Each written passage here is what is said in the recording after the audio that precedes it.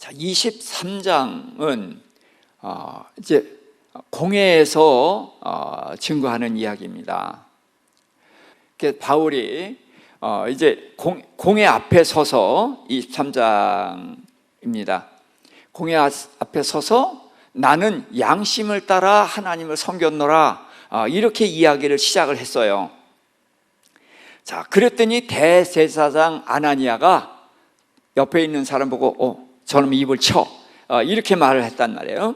그랬더니 바울이 회칠한다며 이렇게 책망합니다. 그러면서 하나님이 너를 치시리로다. 내가 율법을 어기고 나를 치라고 하느냐, 이렇게 얘기를 하거든요. 그러니까 바울은 율법을 기준으로 이야기를 하는 거예요. 그러니까 너희가 율법을 지키는 것처럼 나도 율법을 지키는 사람이다. 바울은 율법을 지키는 사람입니다. 이방인들에겐 율법을 권하지 않아도 바울은 율법을 지키는 거예요. 그래서 할례하면 할례하고 제사 지내고 하는 거 똑같이 지키는 거예요. 그래서 안식일에는 복음을 전하러도 가지만 유대인이니까 안식일을 지키러도 갔다, 이렇게 볼 수도 있는 거예요. 자, 그러면서 그렇게 얘기했더니 곁에 선 사람이 네가 하나님의 제사장을 어떻게 욕할 수가 있느냐? 그랬더니 그러냐? 내가 제사장인 줄 몰랐다.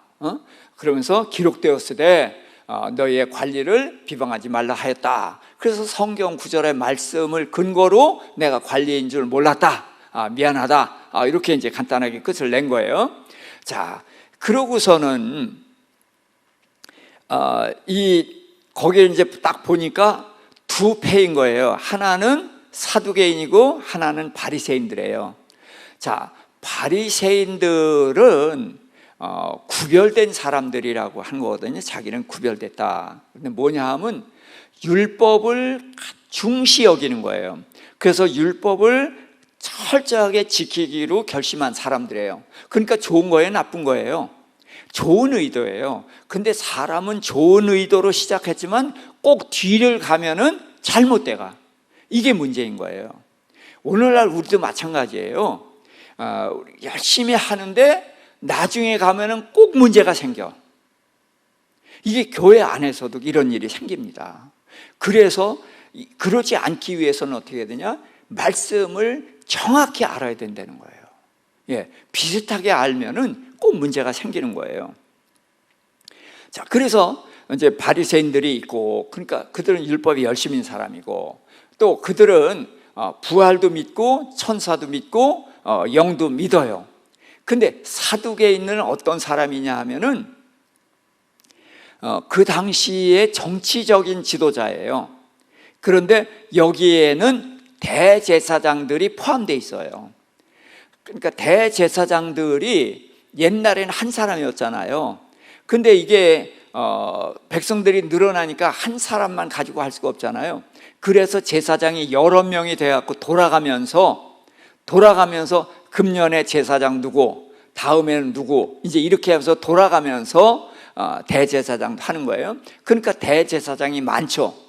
근데 이 사람들은 성전이 있고 거기에서 이제 받는 게 많잖아요. 그러니까 대제사장들은 현실적으로 부유한 자고 권세가 있어요. 그리고 정치적으로 권세가 있는 사람들. 자, 그러니까 이 사람들은 세상이 좋죠. 그러니까 세상이 좋으니까 천국이 없어도 돼. 그래서 이 사람들은 부활도 없고 천사도 없고 영도 없다. 그래서 이 사두개인들이 예수님을 시험할 때 이렇게 질문했잖아요.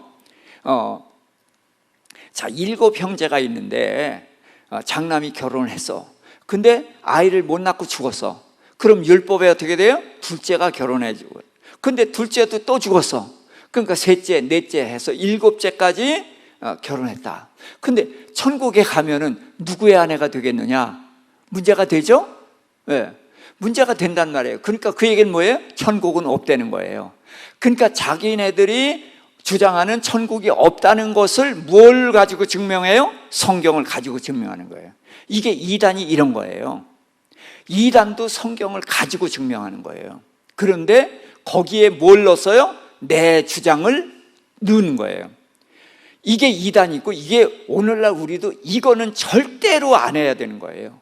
제가 성경을 강조하는 이유가 바로 이런 것들입니다. 성경이 말하는 그대로 해야지 거기다 내 생각을 집어넣으면 안 된다는 거예요. 그러니까 이들은 권세에 있고 그러니까 천국 없어. 그러니까 영 없어. 천사도 없어. 이렇게 되는 거예요. 자, 바울이 그것을 보고서 여기에서 뭐 더 증거할 게 없다. 이제 그걸 느낀 거예요. 그래가지고 뭐라고 말했는가? 거기는 이제 우리 같이 성경을 보도록 하겠습니다. 6절 시작. 바울이 그중 일부는 사두개인이요 다른 일부는 바리새인인 줄 알고 공회에서 외쳐 이르되 여러분 형제들아 나는 바리새인이요 또 바리새인들의 아들이라 죽은 자의 소망 곧 부활로 말미암아 내가 신문을 받노라. 자, 자기가 바리새인이라는 걸 밝혔어요. 자, 바리새인이니까 뭘 믿어요? 부활 믿죠. 그래서 내가 지금 이 고난 받는 게 뭐냐? 부활을 전하기 때문에 그것 때문에 내가 이런 고난을 받는 거다. 신문을 받는 거다. 자, 그렇게 얘기를 했어요. 자, 그랬더니 그 말 때문에 사두개인하고 바리새인들하고 지네들끼리 이제 싸움이 벌어진 거예요. 자, 그렇게 이제 싸우다가 이제 서기관들, 바리새인 편에 이제 서기관들이 한 사람이 일어났어요. 그래서 우리가 이 사람을 보니 악한 것이 없도다. 혹 영이나 천사가 그에게 말했으면 어찌하겠느냐? 왜? 자기네 주장하고 같거든요. 그러니까 바울을 옹호해 준 거예요. 자, 그랬더니 이제 사두개인들은 더 화가 난 거죠. 그래서 자기네들끼리 대판 싸운 겁니다. 그래서 10절 11절 읽습니다. 큰 분쟁이 생기니 천부장은 바울이 그들에게 찢겨질까 하여 군인들을 명하여 내려가 무리 가운데서 빼앗아 가지고 영내로 들어가라 하니라. 그날 밤에 주께서 바울 곁에 서서 이르시되 담대하라. 내가 예루살렘에서 나의 일을 증언한 것 같이 로마에서도 증언하여 하리라 하시니라. 자, 그날 밤에 예수님이 바울에게 나타나신 거예요. 그러면서 하신 말이 예루살렘에서 나를 증거한 것 같이, 지금 두 번째죠. 백성에게 증거하고 공회에 증거한 거예요. 그런데 이제 총독에게 증거하고 왕에게 증거합니다. 그리고 그 일이 끝난 다음에는 이제 로마에 가서 로마에서 증거하는 거예요. 자, 바울은 참 자신이 생각해도 이상한 거예요. 모순인 거예요. 그는 로마로 가야 되겠다고 생각을 했거든요. 그런데 예루살렘으로 자기가 성령의 감동으로 가게 되는 거예요.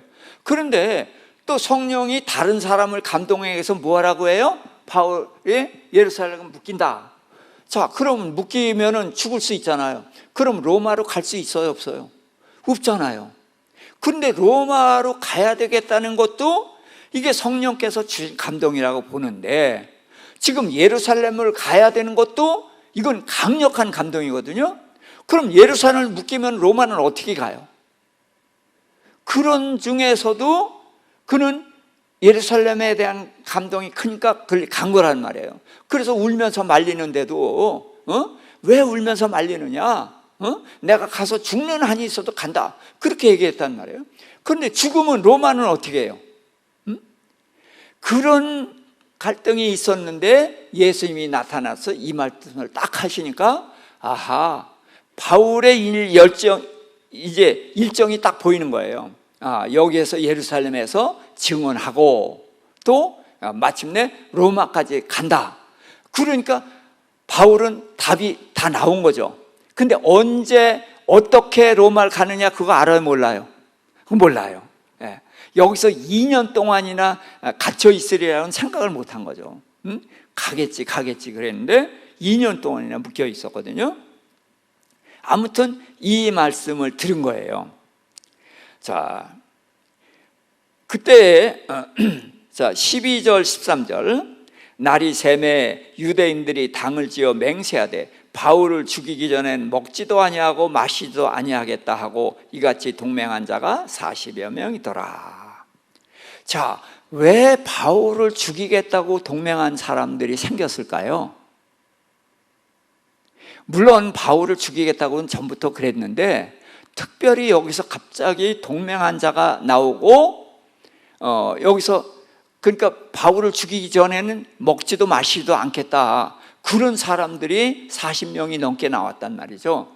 그러면은 왜 그랬을까 했을 때 공회에서 바울의 증언 때문에 그랬을 거다, 저는 이렇게 생각이 들어요. 자, 공회에서 누구를 정죄하려고 다 모였어요? 바울을, 이 이단을 처단하려고 모였잖아요. 그런데 바울 말 한마디에 어떻게 해? 자기네들끼리 싸웠잖아요. 결국은 바울의 손바닥 안에서 자기네들이 놀아놨잖아요. 자, 그러니까 이들이 진짜 화가 난 거예요. 약이 오른 거예요. 우리가 어떻게 바울의 손에 놀아놨는가 하다 그게 화가 나니까 바울 아예 죽여버리자 하고 이제 결사대가 이제 생겨난 것입니다. 자, 그래가지고 이제 그 장로들에게 가서 이제 우리가 바울을 죽이기 전에는 먹지도 마시지도 않기로 했으니까 당신네들은 어떻게 잘 얘기해서 바울을 데리고 나오십시오. 너희를 내려오게 하면은 우리가 그때 바울을 죽이겠다, 그렇게 얘기를 했어요. 그런데 낱말은 새가 듣고 반말은 쥐가 듣는다, 이 말을 누가 들었어요? 바울의 조카가 들었어요. 바울의 조카가 이 말을 듣고서 그리고서 이제 바울한테 가는 것입니다. 자, 그러니까 예를 들어 바울의 조카가 안 들었으면 어떻게 돼요? 죽죠. 그러면 하나님께서 죽게 놔두실까요? 안 놔두죠. 그러니까 지금 바울의 조카가 들은 것은 누가 하신 일이에요? 하나님이 이렇게 하시는 거예요. 예? 그러니까 바울은 여기서 절대로 죽으면 안 돼요. 로마까지 가리라 예수님이 그래 놓고서 죽이면은 예수님 뭐가 돼요? 예. 그러니까 절대로 안 죽어요. 그러기 위해서 이제 바울의 조카가 듣게 하신 거죠. 그래서 조카가 이제 바울에게 가서 그런 얘기를 했어요. 결사대가 조직됐고 그랬다. 그랬더니 바울이 천부장한테 보내라 그랬더니 백부장이 이제 그를 데리고 갔어요. 천부장에 갔을 때 이제 이게 중요할 말이 있습니다. 그러니 다 비켜. 그러고서 천부장하고 둘이 이제 얘기를 한 거죠. 그래서 그들이 결사대가 조직돼 가지고 이제 내려오게 하는데 그 내려오게 하면은 결사대가 달려들어 죽일 거다. 그러면 바울만 죽이겠어요? 바울을 보호하려고 하는 사람들을 죽일 거 아니에요. 그렇죠? 그러면은 이거 큰일 나는 거예요. 그러면은 유대 백성과 싸우게 되죠. 그렇게 되면은 이건 심각한 문제가 생기는 거예요. 그냥 작은 문제가 아니라 천부장이 유대 백성들과 전쟁을 하는 것이 되면은 이건 크게 문제가 되거든요. 그러니까 이거는 무슨 일을 써도 막아야 되겠단 말이죠. 그래서 이제 그들이 이제 그 바울의 조카 보고 이제 아무 말도 하지 말라 그러고서 이제 준비를 합니다. 23절부터 24절. 백부장 둘을 불러 이르되 밤 제3시에 가이사랴까지 갈 보병 200명과 기병 70명과 창병 200명을 준비하라 하고 또 바울을 태워 총독 벨릭스에게로 무사히 보내기 위하여 짐승을 준비하라 명하며. 자, 그래서 이 바울을 지키기 위해서 여기 있어도 안 되겠다고 생각을 하는 거예요. 천부장이 자기에게 부하들이 있고 그래도 이게 잘못하다가는 이들과 전쟁이 벌어지게 되면은 그럼 심각해진단 말이죠. 그러니까 이건 피해야 돼요. 그래서 이제 군인 500명, 470명이죠. 그렇죠? 보병 200명, 기병 70명, 창병 200명, 470명을 동원해 가지고 또 바울을 이제 짐승을 태웁니다. 아마 나귀를 태운 게 아니라 말을 태웠을 것 같아요. 이 이방인들은 말을 쓰니까요. 그렇게 해서 이제 보내기로 하면서 이제 편지를 총독에게 보냅니다. 자, 여기 편지를 썼는데 그 편지 내용이요, 참 그 사실을 이야기하면서 거기에 자기를 집어넣습니다. 예? 이런 것들을 우리가 좀 보고 싶은 거예요. 그래서 아까 저기 주님이 그 내 말을 증언할 것 같이 로마에서도 증언하여 하리라 그랬죠. 그래서 자, 우리가 여기서 질문이 하나 생겨요. 바울이 백성에게, 공회의 총독 두 사람에게, 왕에게 전하거든요. 그럼 그들이 믿어요? 안 믿어요. 근데 왜 증언해야 될까요? 이런 의문이 생기죠. 저는 이런 질문이 중요하다고 생각해요. 이 질문이 안 믿으려고 질문하는 게 아니라 확실하게 알려고 질문하는 거예요. 근데 이 질문을 자꾸 의심이라고 하는 분들이 꽤 있어요. 아직도 있어요. 근데 의심하면 안 되는데, 이 의심이 확실히 알고자 하는 의심까지도 눌러버리면 안 된다는 거예요. 자, 그래서 뭘 얘기하셨냐? 자, 예수님이 마가복음 10장 16절부터 18절까지 말씀하셨어요. 함께 보라, 내가 너희를 보냄이 양을 이리 가운데로 보낸 것과 같도다. 그러므로 너희는 뱀같이 지혜롭고 비둘기같이 순결하라. 사람들을 삼가라. 그들이 너희를 공회에 넘겨주겠고 그들의 회당에서 채찍질하리라. 또 너희가 나로 말미암아 총독들과 임금들 앞에 끌려가리니 이는 그들과 이방인들에게 증거가 되게 하려 하심이라. 자, 그래서 이들이 예수를 믿는 사람들이 자, 어떤 짐승이에요? 짐승으로 양이죠. 그 양을 누구한테 보내요? 이리한테 보내요. 그러니까 예수님은 사랑이 많으신 분이니까 일이 배고플까 봐 양 잡아먹으러 보내는 건 아니겠죠. 그게 뭐예요? 믿지 않는 사람들은 이로서 양을 공격할 거란 말이에요. 그러니까 양과 일이라고 그렇게 말을 하는 거예요. 자, 이 예수 믿는 사람들, 사도나 이 사람들이 무기 가지고 있어요? 그들 공격해요? 네, 공격해요. 근데 공격 무기가 뭐예요? 예, 말씀 한 가지예요. 말씀 한 가지. 성령을 힘입어서 전하는 말씀, 그거 한 가지밖에 없어요. 근데 저들은 무슨 방법, 교활한 방법 다 쓰잖아요. 바울이 한 말을 이렇게 꽈가지고 바울이 모세를 거역하게 했고 이런 식으로 이렇게 말한단 말이죠. 자, 그러니까 그렇게 보내는데 너희는 뱀같이 지혜롭고, 그래서 창세기 3장에 보면 그 뱀이 하나님이 지으신 것 중에 가장 간교하더라 그랬는데 그게 원어로 아름이라고 그랬어요. 근데 아름이 뭐라고 그랬죠? 지혜라고 그랬어요. 예, 지혜입니다. 뱀이 지혜로운 거예요.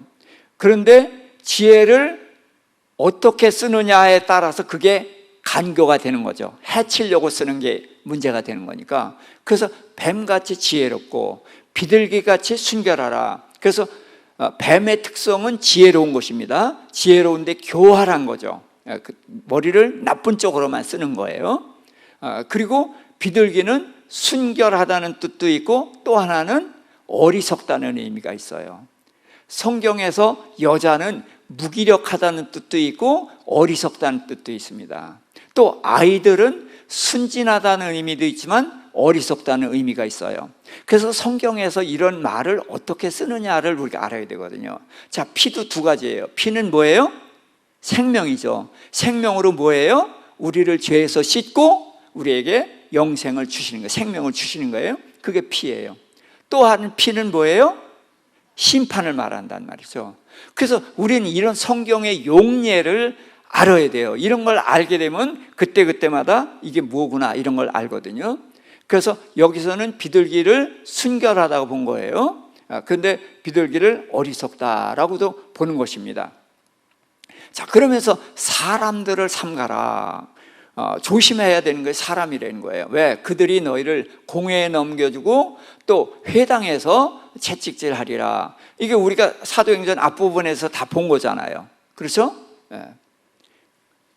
그러면서 또라고 말했어요. 너희가 나로 말미암아 총독들과 임금들 앞에 끌려가리니.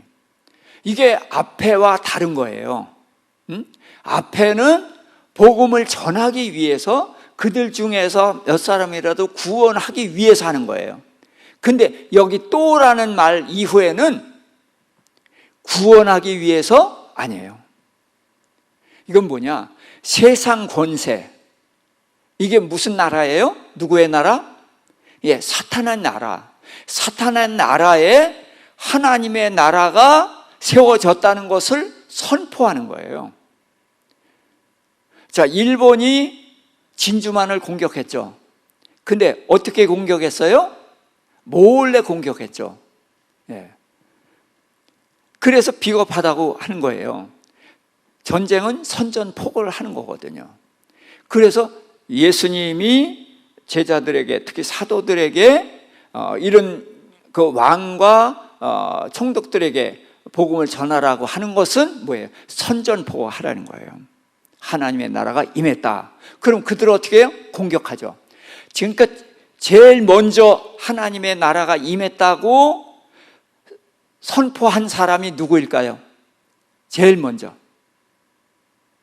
동방박사. 예, 동방박사들이 예루살렘으로, 이 가나안 땅으로 왔어요. 유대 땅으로 왔어요. 뭐를 보고 왔어요? 별을 보고 왔어요. 그런데 그들이 어디로 갔어요? 예루살렘으로 갔어요. 왜 갔어요? 별이 없어져서 갔어요. 그럼 별이 없어져도 걱정을 안 해요. 왜? 이 나라의 왕자가 어디서 태어나요? 왕궁에서 태어나죠. 왕궁이 어디에 있어요? 예루살렘에 있어요. 그래서 간 거예요. 그래서 가서 헤롯에게 전한 거예요. 그러고서 거기서 나오니까 뭐가 나타났어요? 별이 나타났어요. 그래가지고 예수님이 계신 집까지 안내하잖아요. 그러니까 별이 없어져서 헤롯에게 가게 한 거예요. 그래서 메시아 탄생을 헤롯에게 알린 거예요. 그랬더니 헤롯이 경배하겠다 그래 놓고선 죽이려고 했잖아요. 근데 하나님의 나라는 뭐예요? 그냥 방패로 막을 수 있어요. 그러나 그렇게 안 해요. 도망가요. 이게 하나님의 나라예요. 그래서 동방박사들 때문에 거기 그 베들레헴의 아이들이 죽은 게 아니라 하나님의 나라가 선포됐다는 것을 알렸더니 이 세상 나라가 하나님의 왕을 없애려고 그렇게 한 거예요. 네, 그래서 이런 흐름을 따라서 볼 수 있어야 되는 거예요. 여기서도 그래서 이방인들에게 증거가 되게 하려 합니다. 그래서 지금 바울이 여기서 이제 쭉 증언을 하고, 그러면서 바울은 두 가지를 하는 거예요. 복음을 전하기도 하고 또 그 권세자들에게, 세상 권세자들에게 하나님의 나라가 임했다는 것을 선포하는 거예요. 이제 그 선전포고랑 같은 겁니다. 그런 두 가지 일을 했다, 이렇게 이해하시면 될 거예요. 그래서 그들과 이방인들에게 증거가 되려 합니다. 그래서 이것은 사탄의 나라에 하나님의 나라가 도래했다는 것을 선포한 거다, 이렇게 이해하시면 되겠어요. 자, 그래서 이제 요한복음 15장 26절 27절입니다. 함께, 내가 아버지께로부터 너에게 보낼 보혜사 곧 아버지께로부터 나오시는 진리의 성령이 오실 때에 그가 나를 증언하실 것이요 너희도 처음부터 나와 함께 있었으므로 증언할 것이니라. 그래서 이제 증언하는 것이 이제 어떻게 되느냐, 사람도 증언하지만 성령이 함께 하셔서 증언하는 거예요. 그래서 성령이 없이는 사람이 증언을 못해요. 이제 천부장이 밤 제3시, 자, 요게 이제 그 3시면은 이게 거의 새벽, 이게는 한밤중이 될 거예요. 한밤중. 그래서 이제 보병 200, 기병 70 이렇게 해서 이제 가는데, 그래서 이제 총독에게 편지를 보냅니다. 그래서 이제 편지 내용이 대략 이래요. 글라우디오 루시아, 이게 천부장이거든요. 글라우디오 루시아는 총독 벨릭스 각하에게 문안하나이다. 유대인들에게 죽게 된 이 사람을 로마 사람인 줄 알고 군대를 거느리고 구원하여 딱 그랬어요? 그거 아니죠. 근데 로마 사람인 줄 알고 구원했다. 요렇게 갖다 붙이는 거예요. 왜? 나를 높이는 거예요. 자, 그리고 구원하여 고발하라는 이유를 알고자 공회로 갔더니 죽일 사유가 없는 것을 발견했습니다.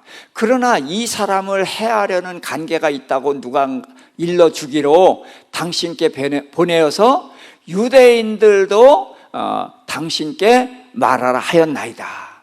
그래서 천부장이 이건 자기가 해결할 문제가 아니라서 총독에게 보내니까 이제 이 유대인들도 총독에게 보낼 테니까 당신이 이 일을 처리하십시오. 이렇게 얘기를 하는 거예요. 자, 그래서 여기는 있는 그대로 말하는 것 같으면서도 나를 높이는, 자, 근데 나를 높이는 것, 이런 것은 우리들도 다 하거든요. 그래서 잘된 거는 저 사람 탓, 잘못된 건 저 사람 탓, 잘된 건 내 탓. 그래서 잘된 일은 나를 어떻게 해서든 거기다 끼워 넣으려고 하잖아요. 그런 심리가 있는 거예요. 그대로 이제 된 거죠. 그러니까 이제 밤에 바울을 데리고 안디바드리까지 갔어요. 그리고 이튿날 이제 기병이 바울을 호송해서 가이사랴 영내까지 갔다. 그래서 이제 밤에 출발해갖고 이제 그 이튿날에서 한낮에 가이사랴에 도착한 거죠. 자, 그랬더니 총독이 편지를 읽고 바울이 길리기아 사람인 줄을 알고 너를 고발하는 사람들이 오거든 내 말을 들으랴 하고 헤롯 궁에 그를 지키라 명하니라. 그러니까 가이사랴에 헤롯 궁이 있었던 것을 알 수가 있죠. 자, 그렇게 해서 이제 그 바울이 이제 가이사랴에서 가이사랴 이제 영내로 들어가게 된 거예요. 예루살렘에서 가이사랴 영내로 갔고, 그래서 이제 총독이 총독 관할 하에 들어갔죠. 근데 총독 관할 하에 헤롯 궁이 거기에 있었고, 그러니까 바울을 헤롯 궁에 거기에 이제 그런 그 감옥 같은 것도 이제 있었던 것 같아요. 자, 요셉이 감옥에 들어갔죠. 근데 감옥이 어디에 있었죠? 요셉을 가둔 감옥이 그 시위대장 보디발의 집에 감옥이 있었어요. 근데 그 감옥은 어떤 감옥? 왕의 죄수들을 가두는 감옥. 그런 것처럼 여기도 궁에 죄수들을 가둔 감옥이 있었던 것 같아요. 그래서 이제 바울을 거기다 가둬두고, 그러고서 이제 유대 사람들이 바울을 고발하는 사람들이 이제 오기를 기다리는 것. 이렇게 해서 이제는 총독이 이제 총독 앞에서 바울이 증언을 하게 됩니다. 그렇게 해서 지금 이제 5번 증언해요. 첫 번째는 누구? 백성들. 두 번째는 공회. 그래서 공회는 우리로 말하는 국회와 같은 곳이에요. 그래서 유대인의 최고의 의결 기관이거든요. 그래서 예수님이 끌려다니면서도 대답을 안 해줘요. 그런데 예수님이 2곳에서만 말을 해줬어요. 어디? 여기 공회와 빌라도 앞에서 자발적으로 변명을 해줬어요. 공회는 왜 유대인의 최고의 의결 기관이니까 예수님이 거기서 발언을 해주시고, 또 빌라도는 예수를 죽일 수 있는 권한을 가진 재판관이기 때문에 거기서 얘기를 합니다. 그 전에 대제사장의 집에서 대답을 한번 해요. 그런데 그때는 대답을 안 했어요. 안 했는데 물어도 대답을 안 하니까 너 여호와의 이름으로 맹세컨대 대답해라. 그랬더니 예수님이 여호와의 이름 때문에 대답을 해준 거거든요. 그래서 예수님의 의도가 아니라 여호와의 이름이 중요하기 때문에 거기서 한 번 더 말한 거예요. 그래서 이렇게 해서 이제 바울이 이제 공회까지 했고, 이제는 이제 두 사람의 총독이 있어요. 이제 한 사람이 이제 지금 여기서 이 일을 하고 그 다음에 가고 다른 총독이 옵니다. 그래서 총독 두 사람 앞에서 하고, 그 다음에 이제 아그리빠라는 왕, 전부 헤롯 왕의 아들이에요. 헤롯 왕의 아들이 대대로 이제 왕 노릇을 하는 것인데, 그렇게 해서 거기서 증언을 5번을 합니다. 여기에서. 그러니까 여기에서 증언하는 것은 예수님이 또라고 하신 말씀. 그래서 이 세상 권세자들 앞에서 그 백성들도 예수님이 이방인 얘기하니까 막 들고 난리가 피잖아요. 그러니까 이게 사단의 휘하에 있는 백성들이거든. 그래서 사단의 나라에 선포를 한 것이 5번입니다. 그리고서 이제 로마로 가게 되는데요. 요 5번, 요거는 꼭 기억을 하시기 바랍니다. 큰 흐름 중에서. 그래서 자, 다시 한번 정리를 하면은 사도행전은 한 알의 밀알이 땅에 떨어지면 많은 열매를 맺는다. 떨어져 죽으면입니다. 썩으면이 아니에요. 근데 요즘 자꾸 썩으면이라는 말을 쓰는데, 썩으면 끝나요. 죽어야 되는 것입니다. 그래서 그 말인데, 예수님이 죽으심으로 예루살렘 교회가 세워졌어요. 그 다음에 스데반 집사가 죽음으로 온 유다와 사마리아와 안디옥 교회까지 세워졌어요. 땅끝 교회죠. 그 다음에 누가 죽었죠? 야고보 사도가 죽어요.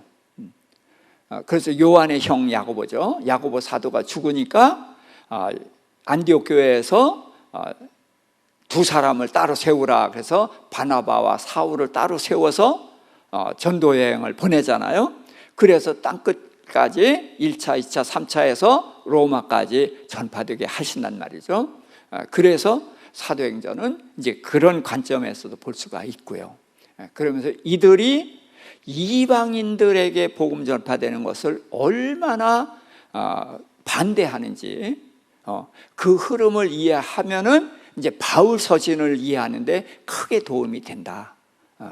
그래서 사도행전은 그 다음에 있는 서신서를 이해하는 데 도움이 되기 때문에 이 부분을 제가 좀 상세히 공부를 하는 것입니다. 오늘 여기까지 하겠습니다.